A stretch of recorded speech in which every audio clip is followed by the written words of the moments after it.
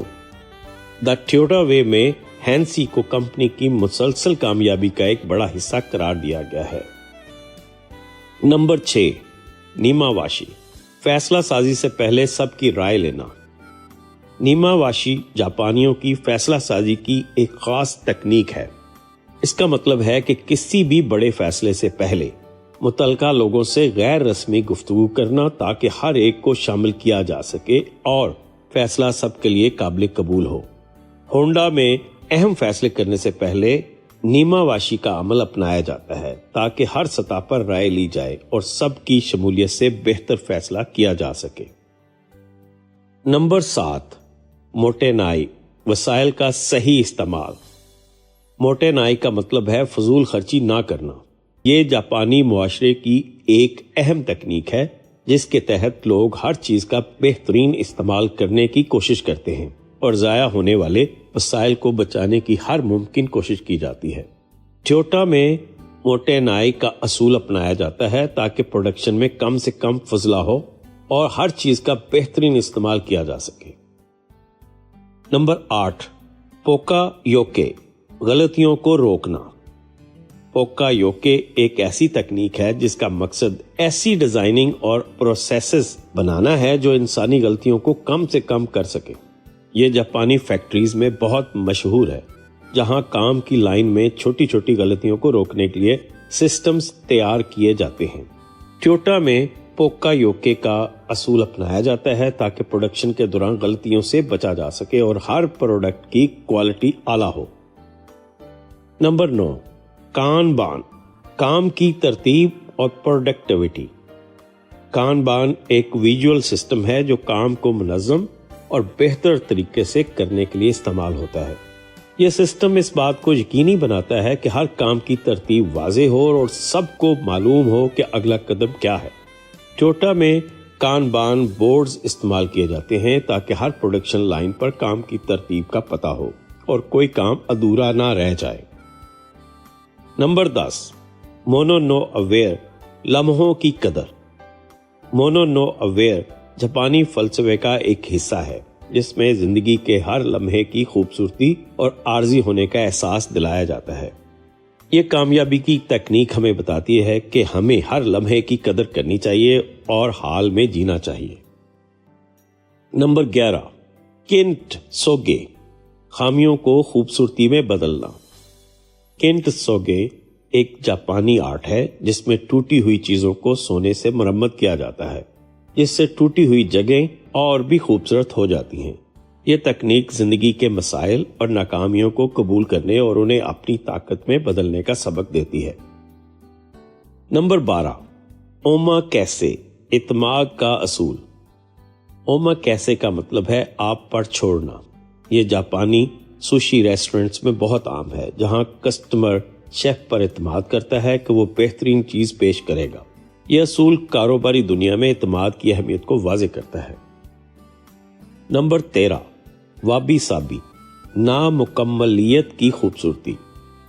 وابی سابی جاپانی فلسفہ ہے جس میں نامکملیت اور سادگی کی خوبصورتی کو سراہا جاتا ہے۔ یہ کامیابی کا اصول یہ سکھاتا ہے کہ زندگی میں ہمیشہ پرفیکشن کی تلاش نہ کریں بلکہ نامکمل چیزوں میں بھی خوبصورتی دیکھیں۔ نمبر 14، سیری، ترتیب اور صفائی کا اصول۔ سیری 5S تکنیک کا حصہ ہے جس کا مطلب ہے آپ اپنے ارد گرد کے ماحول کو صاف اور منظم رکھیں تاکہ آپ کا دماغ بھی صاف رہے اور آپ بہتر طریقے سے کام کر سکیں۔ Number 15، JIT، just in time, وقت پر کام کرنا۔ JIT مین جسٹ ان ٹائم جاپان کی ایک بڑی کامیابی ہے جس کا مطلب ہے کہ ہر چیز وقت پر کی جائے اور کوئی ضائع نہ ہو۔ یہ تکنیک ٹویوٹا میں استعمال کی جاتی ہے اور اسی کے باعث وہ دنیا کی کامیاب ترین کمپنیوں میں سے ایک ہے۔ یہ تھیں کامیابی کی 15 جاپانی تکنیکیں جو آپ کی زندگی اور کام میں بہتری لا سکتی ہیں۔ ان تکنیکوں کو اپنانا آپ کو کامیابی کے قریب لے جا سکتا ہے اور ان کا استعمال کر کے آپ جاپانی لوگوں کی طرح اپنی زندگی کو منظم اور بہتر بنا سکتے ہیں۔ کیا آپ نے ان میں سے کوئی تکنیک اپنی زندگی میں اپنائی ہے یا اپنانا چاہتے ہیں؟ ہمیں اپنی رائے سے ضرور آگاہ کریں اور یاد رکھیں، آپ کی کامیابی تک ہم ہیں آپ کے ساتھ۔